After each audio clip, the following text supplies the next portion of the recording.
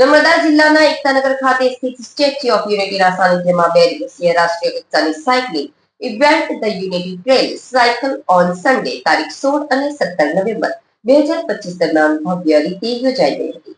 નર્મદા જિલ્લાના એકતાનગર ખાતે સ્થિત સ્ટેચ્યુ ઓફ યુનિટીના સાનિધ્યમાં 2 દિવસ રાષ્ટ્રીય કક્ષાની cycling event the unity trail યોજાઈ હતી। 2 દિવસીય કાર્યક્રમના પ્રથમ દિવસે રવિવારે તારીખ 16 નવેમ્બર ગુજરાત સરકારના પ્રવાસન, રમતગમત, યુવક સેવા અને સાંસ્કૃતિક પ્રવૃત્તિઓ વિભાગના રાજ્યમંત્રી ડોક્ટર જયરામ ગામિતે લીલી ઝંડી આપીને 5 કિલોમીટરની સાયક્લોથોનનો પ્રારંભ કરાવ્યો હતો, જેમાં ગુજરાત સહિત દેશભરમાંથી 650થી વધુ સાયકલિસ્ટોએ ઉત્સાહભેર ભાગ લીધો હતો। બીજા દિવસે સોમવારે તારીખ 17 નવેમ્બર 170 જેટલા યુવાનો અને મહિલા સાયકલિસ્ટોએ મુખ્ય રેસમાં ભાગ લીધો હતો। પુરુષો માટે 100 કિલોમીટર અને મહિલાઓ માટે 60 કિલોમીટરની સાયકલ રેસનું આયોજન કરવામાં આવ્યું હતું।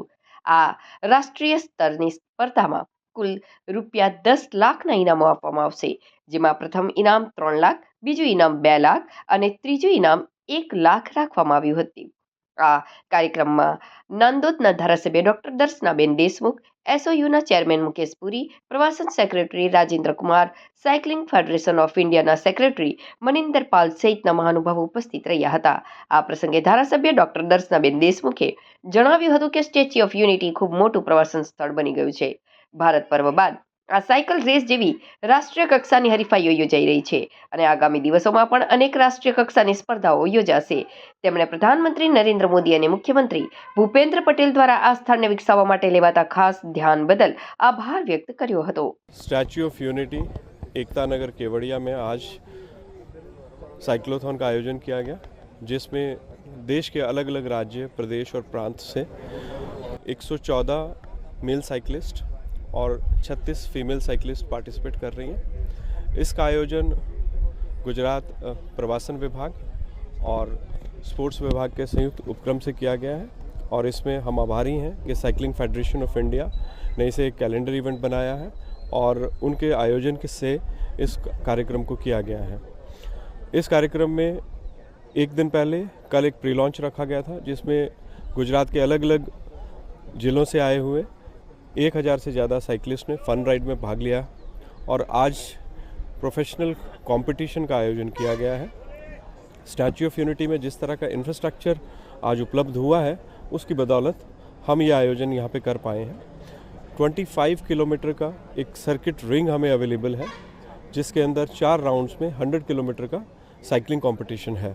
ऐसी सुविधाएं बहुत कम जगह पे मिलती हैं और मुझे लगता है कि आने वाले दिनों में इसे और समृद्ध किया जाएगा और ये एक डेस्टिनेशन बन जाएगा, ग्लोबल डेस्टिनेशन साइकिलिंग कंपटीशन और साइकिलिंग प्रैक्टिस के लिए। ऐसा हमारा प्रयास है। ये ट्रैक निश्चित रूप से यूज़ होगा और इसको और समृद्ध किया जाएगा कि यहाँ पे जो कॉम्पिटिशन्स हैं वो हो पाए और ग्लोबल लेवल का ट्रैक बने, ग्लोबल लेवल की फैसिलिटीज़ बने। और ये लगभग सबसे अच्छी सुविधा हमारे पास है कि जहाँ पे रूटीन ट्रैफिक नहीं होता है, इसको लूप को क्लोज़ किया जा सकता है और इसके साथ और भी बहुत सारी जो स्ट्रैचेज हैं उनको डेवलप किया जाएगा आने वाले समय में। देखिए, विनिंग प्राइज़ जो है फर्स्ट, सेकेंड, थर्ड के लिए रखा गया है। लगभग 3 लाख, 2 लाख और 1 लाख का प्राइज़ फर्स्ट, सेकंड, थर्ड को है और उसके बाद 10,000 के प्राइजेज़ रखे गए हैं और पुरुष और महिला दोनों समवर्गों में सेम प्राइज़ मनी है। हमें लगता है कि ये लगभग 10 लाख के प्राइजेज़ यहाँ पे डिस्ट्रीब्यूट होंगे सभी साइकिलिस्ट के लिए। एक बहुत अच्छा उत्कृष्ट प्रयास है।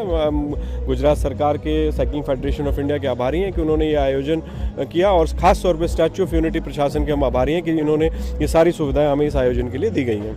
આજે નર્મદા જિલ્લાના એકતાનગર ખાતે સ્થિત સ્ટેચ્યુ ઓફ યુનિટી આ જગ્યા પર એક નેશનલ લેવલની સાયક્લોથોન ધ યુનિટી ટ્રેલનું આયોજન કરવામાં આવ્યું છે, જ્યાં ગુજરાત નહીં પરંતુ ભારતભરના જે સાયકલિસ્ટો છે એમને આ કાર્યક્રમમાં આવી અને એમણે આ યુનિટી ટ્રેલમાં ભાગ લીધો છે। 170 કરતાં વધારે સાયકલિસ્ટોએ આમાં ભાગ લીધો છે અને ભાઈઓ માટે અને બહેનો માટે બંને માટે અલગ અલગ રીતે આ યુનિટી ટ્રેલનું આયોજન કરવામાં આવ્યું છે, જેમાં ભાઈઓ માટે 100 કિલોમીટરની મર્યાદા છે અને બહેનો માટે 60 કિલોમીટરની। અને આ કાર્યક્રમમાં જ્યારે દેશભરમાંથી લોકો આવી રહ્યા છે ત્યારે ખૂબ જ ઉત્સાહભેર અહીંના સર્વે લોકો પણ આ સાયક્લોથોનને જોવા માટે જોડાયા છે અને સ્ટેચ્યુ ઓફ યુનિટી આજે વિશ્વમાં પ્રસિદ્ધિ થઈ ચૂકેલું એક સ્થાન છે કે જ્યાં ગિરિકંદરાઓની વચ્ચેમાં નર્મદા મૈયાનો પવિત્ર કિનારો છે અને ત્યાં સરદાર વલ્લભભાઈ પટેલનું 182 મીટર ઊંચું જે આ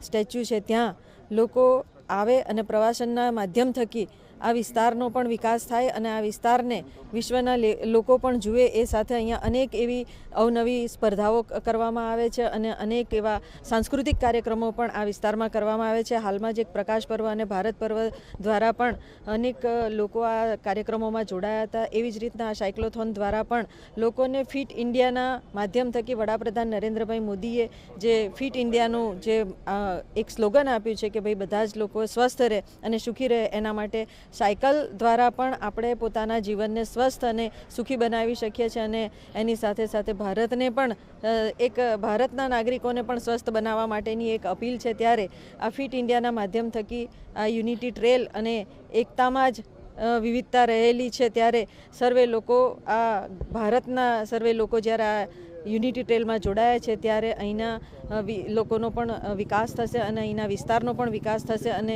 ટુરિઝમ ક્ષેત્રે જે આ ડેવલપ થઈ રહ્યું છે એ માટે હું વડાપ્રધાન નરેન્દ્રભાઈ મોદીને પણ ખૂબ ખૂબ અભિનંદન પાઠવું છું અને ગુજરાતના મુખ્યમંત્રી શ્રી ભૂપેન્દ્રભાઈ પટેલને પણ ખૂબ ખૂબ અભિનંદન સાથે આભારની લાગણી પ્રકટ કરું છું. હવે આજે સાયકલિંગના એક મેજર ઇવેન્ટથી આ એક મહિનાની સેલિબ્રેશન્સના સમાપન થાય છે, પણ એ સમાપન નથી. એના સાથે અત્યારે ટુરિસ્ટ લો તો પુષ્કળ પ્રમાણમાં ચાલુ છે જ અને છેક માર્ચ સુધી અમને અપેક્ષા છે કે આખા દેશથી, ગુજરાતથી તો આવે જ છે, સાથે મહારાષ્ટ્રથી, કર્ણાટકાથી, અન્ય રાજ્યોથી પણ એ ટુરિસ્ટ ઇન્ફ્લો ચાલુ રહેશે.